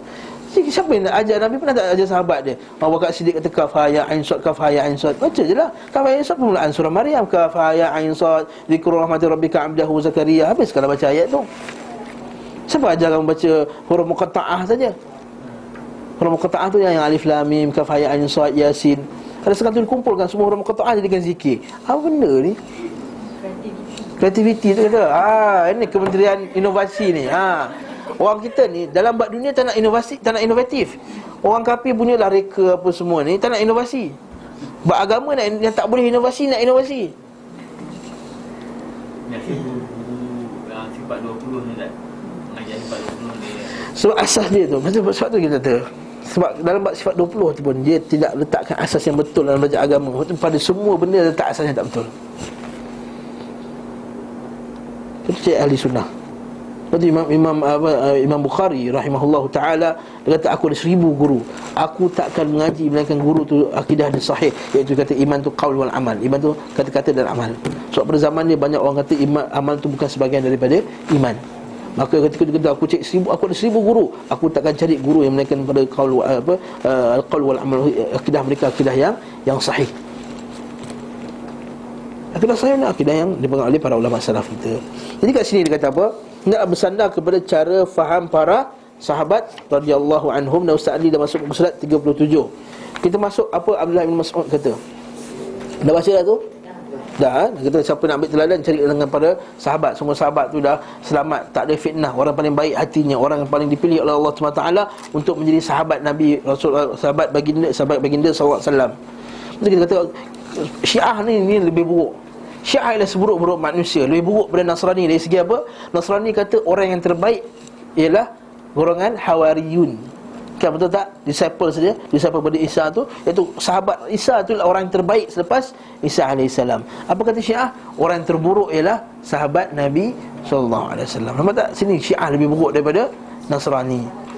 Lepas tu kita kata mustahil Allah Ta'ala telah memilih golongan yang telah berjuang bermati-matian untuk menegakkan agamanya, menyerahkan segala nyawa, harta, jiwa, perasaan, semua dia bagi untuk Rasulullah SAW. Tiba-tiba lepas tu dia khianat ajaran Nabi. Mustahil. Mustahil, jarang, takkan berlaku. Kita kata ini kemudian kita kata Allah Ta'ala telah menceritakan kebaikan para sahabat dalam Quran. Takkan Allah Ta'ala ceritakan kebaikan sedangkan Allah Ta'ala tahu dia akan jadi jahat. Seolah-olah kamu mendakwa bahawa Allah Ta'ala tu tahu kemudian tak tahu kemudian baru tahu yang sahabat tu rupanya jahat. Lepas tu Syiah dia panggil akidatul bada', dia panggil akidah al-bada', bukan bada', cucuk bada' tu. Bada', ba dal alif hamzah, bada', iaitu percayaan bahawa Allah Ta'ala ni boleh tak tahu kemudian tahu. Allah Ta'ala boleh menukar idea je. Maksudnya dia tersilap. Ini akidah. Sebab tu dia kata apa? Dalam Quran ni betul Allah Ta'ala telah puji sahabat, tapi itu zaman masa sahabat dengan Nabi SAW. Bila Nabi SAW dah wafat, maka sahabat telah jadi murtad. Sebab dia ada akidah ni. Kita ada sunnah mana boleh? Mana boleh Allah Subhanahu Wa Taala yang tahu ilmunya daripada awal sampai akhir dalam hadis sahih kan? Allah Taala innallaha kataba maqadiral khalqi qabla an yakhluqas samawati wal ard biqadri 50 alf sanah. Allah Taala telah menulis qada dan qadar dunia ini seluruhnya 50,000 tahun sebelum mencipta langit dan bumi ini. 50,000 tahun. Takkan dia tak tahu yang para sahabat tu akan sesat? Kalau tidak, kenapa dia puji dalam Quran? Yang kedua, Allah Subhanahu Wa Taala, kita ni kalau sayang dekat anak kita nak serahkan syarikat dekat dia. Mesti kita serahkan syarikat tu dalam keadaan yang elok. Kalau kita mampu nak mengelokkannya, kita ada pembantu yang bagus. Kalau kita tahu dia tu jahat, kita akan buang dia. Takkan Allah Subhanahu Wa Taala nak bagi dekat agama ni untuk kepada orang-orang yang jahat. Ini kita tahu akidah Syiah ni akidah yang rosak. Kemudian bawah tu kata apa? Telah berkata Abu Muhammad Ibn Hazm Al-Andalusi, siapakah yang Allah Subhanahu Wa Ta'ala, Allah Azza wa Jalla khabarkan kepada kita bahawa dia mengetahui apa di dalam hati mereka? Siapa tu? Maksudnya siapakah yang Allah Ta'ala telah declare bahawa Allah Ta'ala tahu yang hati mereka ni bersih? Dia meradai mereka, radhiyallahu anhum wa radu'an. Dia turunkan ketenangan ke atas mereka, wa anzala sakinatahu alaihim. Dalam surah At-Taubah tu, kita ke perang tu kan, ya? Bila perang tu, bila para sahabat semua dalam kesusahan kan, dalam surah perang Khaybar tu, laqad nasarakumullahu fi mawatin katsiratin wa yawma hunainin id a'jabatkum kathratukum. Dan ketika Allah Ta'ala telah bantu kamu dalam banyak tempat, antaranya dalam perang Hunain. Ketika perang Hunain itu kamu telah merasa diri kamu ni hebat kerana ramainya bilangan kamu. Falam tughni ankum syai'an wa daqat 'alaikum al-ardu bima rahubat thumma walaitum mudbirin. Dan rupanya ramainya bilangan kamu tadi tidak memberi kebaikan kepada kamu. Bahkan kamu jadi sempit bumi bagi kamu sebab kena kepung dengan musuh, kena serang dengan musuh. Thumma walaitum mudbirin. Kerana kamu patah balik. Kenapa dah? Thumma anzalallahu sakinatahu alaihim wa anzala junudan lam tarauha. Allah Ta'ala turunkan tentera-tentera yang mereka tak nampak. Allah Ta'ala telah menurunkan ketenangan ke atas mereka dan juga telah turunkan tentera-tentera. Siapa mereka ni? Siapa mereka ni? Sahabat radhiyallahu anhum yang Allah Ta'ala telah confirmkan, Allah Ta'ala turunkan ketenangan di atas diri mereka. Kita dapat tak benda ni? Apakah kamu rasa pendapat kamu lebih baik daripada pendapat mereka? Ini pendapat yang setengah Islam liberal kata, oh kita tidak boleh menafsirkan Al-Quran mengikut cara Ibn Abbas, Ibn Mas'ud, telah obsolete. Pendapat mereka telah lama dulu, itu zaman dulu. Kita hendaklah memahami Al-Quran dengan nas pada zaman sekarang. Kita tak perlu bahajak boleh sebut Ibn Abbas, Ibn Mas'ud, Ibn apa semua ni, orang pada zaman tu. Kita hanya balik, apa yang menyebabkan kamu rasa pendapat kamu lebih baik daripada pendapat Ibn Abbas? Adakah kamu lebih alim daripada Ibn Abbas? Adakah kamu lebih bertakwa daripada Ibn Abbas? Adakah Allah Ta'ala tahu iman kamu berbanding Ibn Abbas dan para sahabat yang lain? Dah, Kamu tak ada apa kita kata kedudukan di sisi Allah pun, tak dapat confirmation di sisi Allah bahawa pendapat kamu ni betul. Berarti aku nak ambil pendapat kau. Ni aku telah ambil pendapat orang telah confirm, Allah Ta'ala cop mereka ni benar, Allah Ta'ala cop mereka agama mereka betul, Allah Ta'ala telah cop mereka redha kat atas mereka. Kita ambil pendapat dari mereka lah. Itu yang sahih. Kita ambil produk yang tak ada ni, produk untuk melicinkan muka. Satu dapat cop KKM, satu tak dapat cop KKM. Beli kat Bidor tu Kampung Simpan 3, belakang rumah saya buat. Nak pakai mana? Tunjuk kat depan. Kamu ni, ini produk ni dulu bagus. Satu ada KKM, telah dikonfirm oleh pakar pharmaceutical, apa semua kata ni bagus. Yang ni Tok Cik Nah kampung aku kata baik, pakai licin kulit aku. Nak pakai mana Haris? So, sebab apa? Dia kata dah chop kan, KKM kata para pharmaceutical ada jaminan apa semua. Itu bab dunia. Handphone ni ini dapat original, ada cover 3 tahun apa semua. Ini tak ada, ini underwater punya. Nak ambil yang mana? Kita ambil yang ni, kecuali aku tak ada duit nak bawa beli yang ni. Macam kita tak ada duit bawa beli yang ni. Kita kalau ada duit mesti kita beli yang ada cover apa semua, dah chop dah, sirim apa semua. Kenapa agama tak buat macam ni? Kenapa beragama tak ambil yang telah dicop oleh para sahabat radhiyallahu anhum? Confirm, memang sahabat buat macam ni. Yang ni kau berzikir terlompat sana sini, ada cop tak pada sahabat? Tak ada. Dia nak shortcut. Nak shortcut. Lepas tu dia Syekh Mandili kata, tak apalah mereka tuduh kami ni kaum muda. Kaum muda kan? Wahabi ni dulu orang panggil kaum muda. Mereka tu kaum muda, kata. Kita kaum muda, mereka kaum muda. Tak semayang, kita semayang hadiah. Orang tu mati tak semayang, kita buat pakat-pakat amal ramai semayang hadiah. Dapat masuk syurga. Ni tak apa semua, mati apa semua tak beramal, tak apa, kita buat tahlil banyak-banyak, nampak kita hadiah pahala dapat kat mereka masuk syurga. Tak apa, kita kaum muda, mereka kaum muda. Mudah.com. Ini senang. Ni Syekh Mandili rahimahullah ta'ala, dah meninggal lah orang tu. Meninggal dulu mengajar kat Masjid Nabawi tu, Masjidil Haram. Siapa sempat dulu kalau pergi Masjidil Haram, ada tu kuliah tu bahasa Melayu, cakap bahasa Kedah lagi. Syekh Mandili rahimahullah ta'ala. Kan tak ada dah. Sekarang ada ustaz Indonesia lah, ustaz. Allahu a'lam. Faham kat sini? Jadi sekarang ni kita tidak boleh seorang teragak-agak mengenai keadaan mereka atau syak terhadap mereka sama sekali. Syak pun tak boleh. Syak kepada kedudukan para sahabat radhiyallahu anhum. Demi kerana ini, okey, apa kesannya? Demi kerana ini sesungguhnya kefahaman petunjuk-petunjuk kitab dan sunnah hanyalah diambil daripada para sahabat radhiyallahu anhum. Okay. Kerana di tengah-tengah mereka lah Rasul sallallahu alaihi wasallam telah berkata-kata. Maksudnya para sahabat tu dengar perkataan Nabi direct. Bila dia cakap tu, dia tahu suasana tu. Kan, betul tak? Kita pergi mahkamah, kita ambil orang yang ada pada situasi itu jadi saksi. Kita tak ambil orang mana-mana, apa kau jadi saksi ni? Kata, aku tak ada kat sini, aku jadi saksi, saja-saja dia jadi saksi. Mana boleh. Kita mesti ambil orang berada dalam senario tu ketika benda tu berlaku, baru jadikan saksi dalam mahkamah. Ini masalah dunia, masalah agama. Guna logik akal ni. Islam ni agama yang logik. Agama yang logik ni. Kalau agama, kenapa kamu tak ambil saksi yang menyaksikan perkara tersebut? Kemudian ke atas mereka lah turunnya kitab. Ada setengah tu para sahabat kata, ayat ni turun dekat aku, ayat ni turun dekat aku. Aku tahu ayat ni turun dekat aku, jangan disebut ayat ni turun dekat aku. Jangan, aku yang faham ayat ni. Macam kita sebut Ustaz Ali sebut dalam kuliah yang lepas berkenaan dengan wala tulqu bi aidikum ila tahlukah. Bila sahabat nak campakkan diri dia pergi dekat apa tembok tentera kafir tu kan, kalau dia kata jangan kamu campakkan diri kamu dalam kebinasaan. Pakai ayat Quran.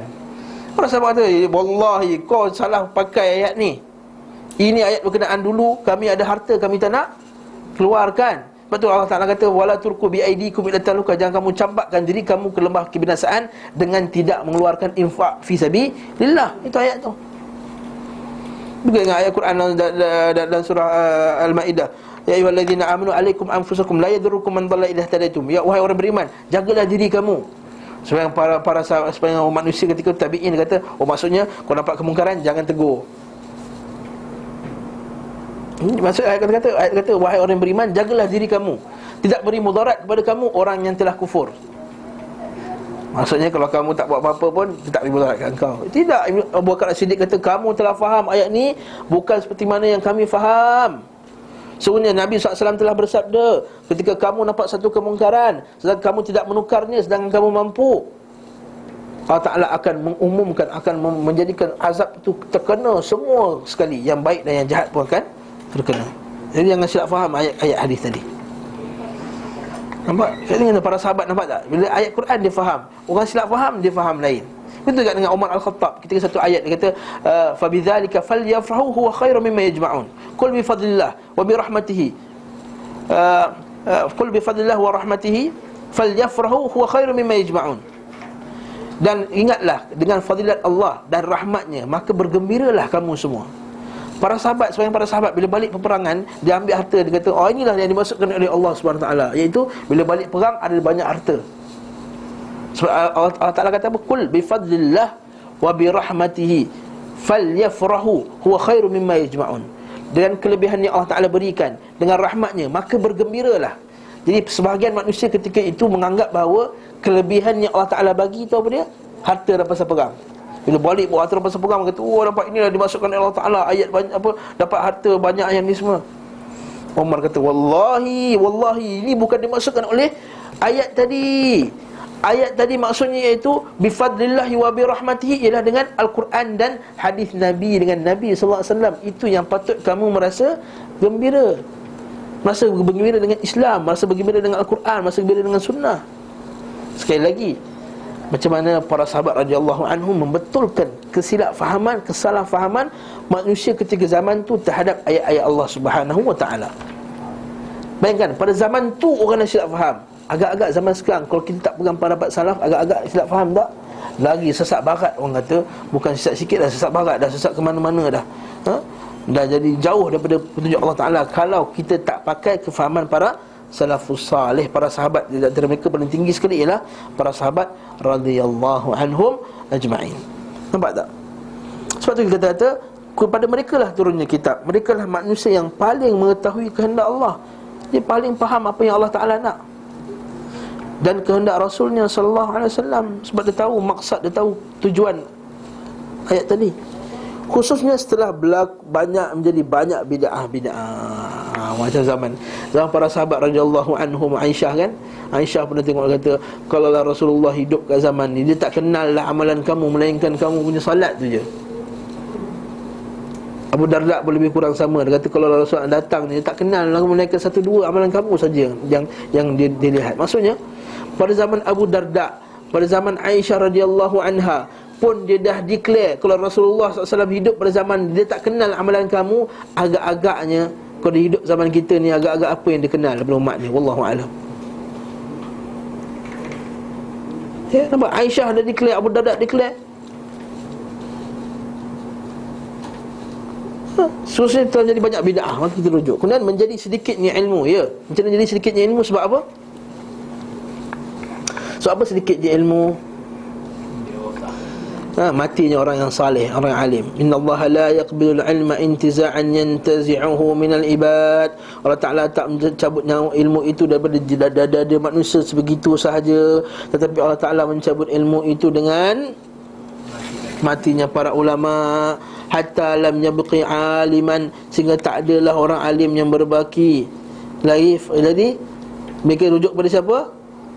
Fattakhadha ru'usan juhala, maka mereka ambil orang yang jahil. Faftau bighairi ilm, maka mereka berfatwa tanpa ilmu.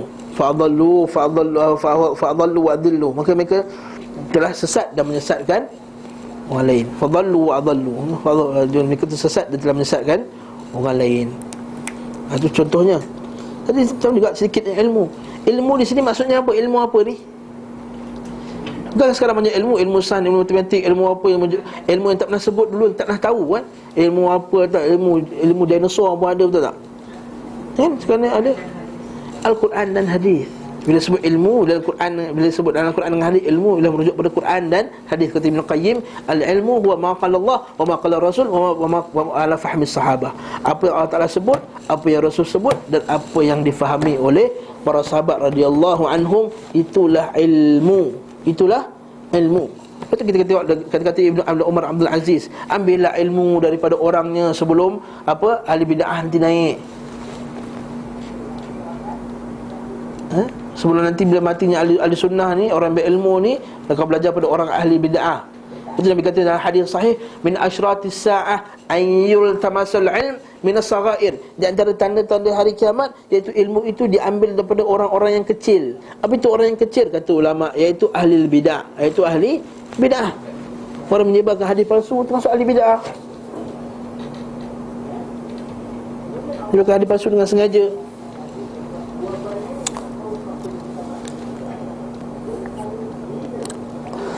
Menjadi rosak kefahaman dan diabaikan sunnah Nabi. Betul tak? Sunnah Nabi diabaikan. Orang banyak buat bid'ah sunnah Nabi, waktu-waktu mustajab tak jaga, dia jaga benda lain. Tak dia abaikan sunnah. Mati hidupkan satu bid'ah, mati satu sunnah. Itu kaedah yang jelas. Ulama kata, hidupkan satu bid'ah, mati satu sunnah. Apa contohnya?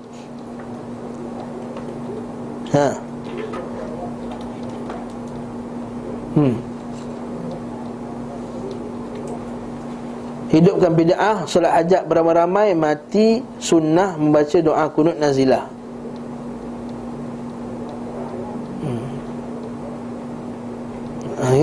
Buat solat hajat beramai-ramai, bid'ah. Dia buat benda tu, matinya sunnah membaca kunut nazilah. Bila Gaza diserang, bila apa semua Syria kata, lepas sembahyang Jumaat nanti kita sembahyang Jumaat, sembahyang hajat beramai-ramai. Patutnya masa sembahyang Jumaat tadi bacalah kunut nazilah. Buat dua sekali. Campur bid'ah dengan sunnah sekali. Hebat tu, lagi bagus. Apa lagi? Banyak benda yang dimatikan satu bid'ah.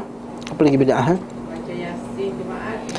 Dia baca Yasin Jumaat setiap rakaat Al-Kahfi. Orang lupa Al-Kahf.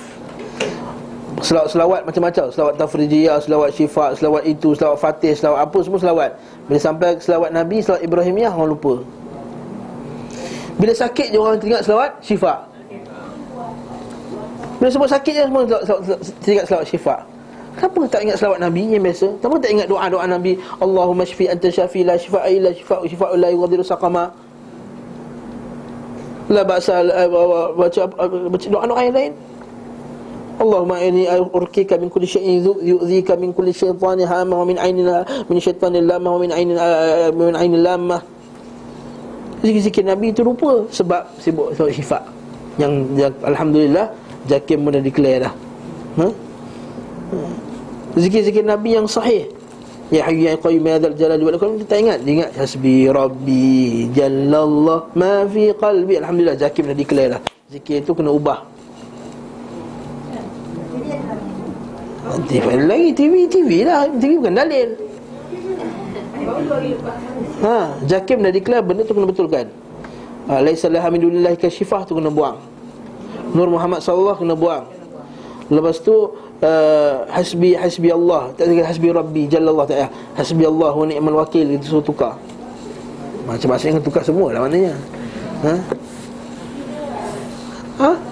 Jadi benda-benda ni semua bila hidup gaya tu, orang tak kenal lah yang zikir yang sunnah. Macam mana dengan membuka majlis dengan Sekali-sekala tak ada masalah. Tapi menetapkan setiap kali majlis nak dibuka dengan Al-Fatihah, itu masalah agak. dia baca selawat tu baru masuk maghrib tu kahwin berdam sanding juga salah lah. Itu adat lah. Itu adat. Malam masuk je mesti ada main Allahumma salli, padahal pakai seksi tu. Yang ni ada nampak ni cleavage ni. Allahumma salli ala ji'tara, baca qasidah pasal Rasulullah sallam. Saya tinggi penghinaan kepada Nabi sallallahu alaihi wasallam. Itu cerita lain lah. Ja'a Rasulullah sallallahu alaihi wasallam binurin min, dengan Nabi datang bawa dengan cahaya. Dia bukan main seksi macam ni pakai. Lepas tu pakai muzik-muzik yang haram apa semua, dengan cara pencampuran yang haram. Dalam majlis tersebut kemudian baca berkenaan qasidah Nabi Muhammad SAW. Bagi saya tak payah baca lah. Kalau saya jadi ustaz tu, saya tak nak baca lah, kata. Ibn Mas'ud datang majlis perkahwinan dengan muzik, dia tutup telinga, dia patah balik, dia keluar balik, dia tak nak masuk majlis tersebut. Inna lillahi wa inna ilaihi raji'un. Sebab tu kita ni selawat Nabi tu jadikan hanya sebagai hiburan-hiburan saja. Dia tak faham Nabi tu perlu dicontohi, perlu diikuti, perlu di ini. Lepas tu para sahabat radhiyallahu anhum faham masalah ni. Lepas tu kita kena ambil segala kefahaman para sahabat radhiyallahu anhum ajma'in. Okey. Telah sah daripada Rasulullah sallallahu alaihi wasallam kata-kata beliau, sesungguhnya sesiapa yang hidup dari kalangan kamu, fa innahu man ya'ish minkum fasayara ikhtilafan katsira, maka dia akan melihat percanggahan yang banyak. Sekarang ni bercanggah banyak tak? Datang Ustaz Ihsan Taklim cakap lain, pergi Masjid Taqwa cakap lain, pergi Masjid Al-Ghufran cakap lain. Percanggahan. Jadi bila kita bercanggahan ni, apa sikap kita? Setengah orang sikap dia tak apalah, saya amalkan semua. Mana tahu mana satu tu betul? Itu kaedah yang pertama. Itu kaedah play safe. Kita ambil semua, kita amal semua, mana satu betul, kalau terkena, betul lah tu. Biar orang pilih. Ustaz dia kata kena baik sangka. Jangan kata orang tu tak betul. Berlapang dada. Ada kawan saya belajar kat UM. Dia give me that sentence. Belapang dada. Belapang dada dalam masalah fiqah, yes, kita belapang dada. Saya pergi Masjid Nabawi, bismillah tak baca kuat, lapang dada. Sebab ni masalah fiqah. Saya jumpa orang mazhab Hanafi, saya tengok dia sembahyang, tangan dia macam ni, bawah ni yang sembahyang, belapang dada. Ini masalah fiqah. Saya jumpa mazhab Syafi'i, saya kunut subuh, saya belapang dada. Ini masalah fiqah. Tapi kalau kita jumpa orang buat bid'ah yang tak ada kena-mengena dengan kitab fiqah, Imam Syafi'i tak sebut, tak apa, semua dalam kitab fiqah tak sebut, ini kitab belapang dada. Kalau kitab belapang dada, kita kena tuduh para sahabat suruh belapang dada dulu. Bila Umar Al-Khattab jumpa orang Rajabiyun, golongan satu golongan umat Islam yang melampau-lampau mengagungkan bulan Rajab. Bulan Rajab kan, ya, special Islam, bulan haram. Ya betul, bulan Rajab ni special, termasuk bulan-bulan yang haram. Tapi kalau melampau-lampau mengagungkan bulan Rajab, itu sifat jahiliah. Umar Al-Khattab dia pukul orang yang melampau-lampau mengagungkan bulan Rajab. Dia panggil Rajabiyun. Kalau cakap Umar belapang dada lah, apa salahnya? Dia bukan buat apa, dia puasa je. Puasa pun nak pukul ke? Imam Malik rahimahullahu ta'ala, orang tu dia baca, dia niat miqat ihram daripada Masjid Nabawi. Orang buat kat Zulhulaifah, Masjid Bir Ali tu, dia niat dekat Masjid Nabawi. Bila kata apa hal kau niat dekat Masjid Nabawi ni? Kata alah, sikit je beza. Masjid Nabawi lagi afdal daripada Masjid Bir Ali. Nampak pakai apa? Logik akal. Dia kata apa yang menyebabkan kau rasa kau punya perbuatan ni lagi afdal daripada perbuatan Nabi? Aku tahu kamu ni terkena fitnah. Itu kamu anggap perbuatan kamu, nampak? Kau cakap kat dia, Imam Malik belapang dada lah. Ibnu Umar radhiyallahu anhu, dia tengok orang bersin, orang tu bersin, ajum alhamdulillah wassalatu wassalamu ala rasulillah. Dia bersin, dia sebut alhamdulillah, dia tambah selawat kat belakang ni. Ibnu Umar kata, baca alhamdulillah je lah. Sebab kami dulu masa bersin, Nabi ajar cakap alhamdulillah. Kalau ikut logik, selawat tu bagus tak? Saya tuan-tuan, selawat tu bagus tak? Bagus. Tak ada siapa kata selawat tu tak bagus. Ibnu Umar orang yang paling kuat ikut sunnah Nabi SAW. Tak ada siapa yang lebih kuat daripadanya memegang sunnah. Sekejap ya. Assalamualaikum. Ya. Boleh? InsyaAllah. Okey. Boleh. Assalamualaikum. Nampak tak? Dia kata tadi Ibnu Umar orang paling kuat ikut ahli Nabi SAW. Bila berselawat, dia kata stop ke alhamdulillah je lah, jangan baca selawat. Sebab itu yang Nabi ajar, kita stop dekat mana Nabi stop. Kalau kita ala Ibn Umar belapang dada lah, apa salahnya selawat? Kalau nak pakai hadis semua belapang dada, habis agama ni. Kalau saya tu dekat UM dia belajar tu Ustaz, banyak orang tarikat, so they use that sentence. Yalah. Kalau kita nak belapang dada semuanya, maka tak adalah istilah bid'ah ni. Semua nak belapang dada. Tak adalah Imam Ibn Nawawi kata sapu tengkuk ketika wuduk tu bid'ah. Imam Nawawi belapang dada lah. Imam Nawawi apa salahnya sapu tengkuk je sikit je lagi. Bawah ni bukan jauh pun, sikit je. Alang-alang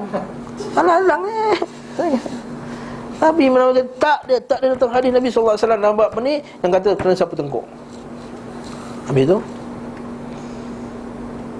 ini kita kata konsep yang kita kena faham betul-betul. Masalah ni dalam bab ibadah khusus, bab akidah, bab yang Allah Ta'ala telah letakkan hukum macam tu lah kita berhenti. Adapun bab dunia yang lain, hang buat apa suka hati hang buat lah. Nak makan pakai garpu, nak makan pakai chopstick, nak makan spaghetti, nak makan olio, nak makan fettuccine, makan apa makan lah. Nak pakai handphone, nak pakai apa yang betul, orang yang bengap, dia tak mengaji betul-betul. Minta maaf lah kasar bahasa. Dia kata habis tu Ustaz bid'ah, habis tu Ustaz tak pakai handphone dah bid'ah.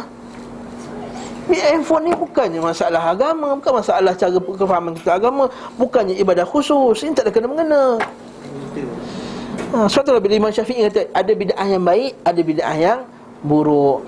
Cuba tengok apa Imam Syafi'i kata. Bid'ah yang baik seperti membuat penjara, buat sekolah. Zaman Nabi tak ada sekolah yang spesifik. Dapat semua bab berkenaan dengan masalah dunia. Nawawi kata apa? Buat jambatan, buat apa semua, kumpul Quran dalam satu mushaf, apa semua ni bid'ah yang baik. Tapi bila sebut dalam masalah setengkut tadi kata bid'ah. Buat solat raghaib bulan Rajab, Jumaat pertama bulan Rajab, di setengah orang, masuklah ustaz yang sebut tadi yang mula-mula tadi, Al-Hafiz Datuk Doktor Al-Hafiz tadi. Dia kata pada malam Jumaat pertama bulan Rajab, Imam Nawawi kata siapa yang buat solat sunat khas pada malam tu, dia telah melakukan bid'ah yang mungkar. Bid'ah yang mungkar. Kamu lebih hebat dari Imam Nawawi. Itu kita kata, tuan-tuan puan rahimakumullah, mungkin bagi siapa yang baru datang mungkin terkejut, ustaz ni kasar benar cakap hari ni. Tapi inilah apa hakikat agama kita yang berlaku pada zaman kita sekarang, yang kita kena betulkan. Jadi Nabi kata bila kamu nampak perpisahan tadi, perpecahan yang besar di kalangan umat kita, nak buat apa? Nak ambil semua? Ataupun kita ambil apa? Mana yang paling kuat? Mana kita? Ustaz ni paling terkenal, kita ambil paling terkenal lah. Ataupun ustaz mana yang paling besar? Ni ustaz ni BA je, itu PhD tau. Ustaz Ali tu BA je. Ini doktor, profesor, doktor, PMH, AAB, AAB orang belakang tu, ambil dia lah. Ustaz ni lebih terkenal. Kalau itulah agama kita, habis kita. Ambil mana yang ada nas. Saya dah bawa tuan-tuan Al-Quran dengan hadis tadi, banyak Al-Quran dengan hadis, dan sini nas. Mufti. Mufti Nabi ke? Maksum ke? Kalau Imam Syafi'i boleh tersilap, Imam Ahmad boleh tersilap, Imam Malik boleh tersilap, Abu Bakar boleh tersilap, Umar boleh tersilap, Mufti tak boleh silap. Mufti boleh silap. Jadi kita disuruh untuk mengikut mana yang berpegang pada Quran dengan hadis dan kefahaman para salafus salih.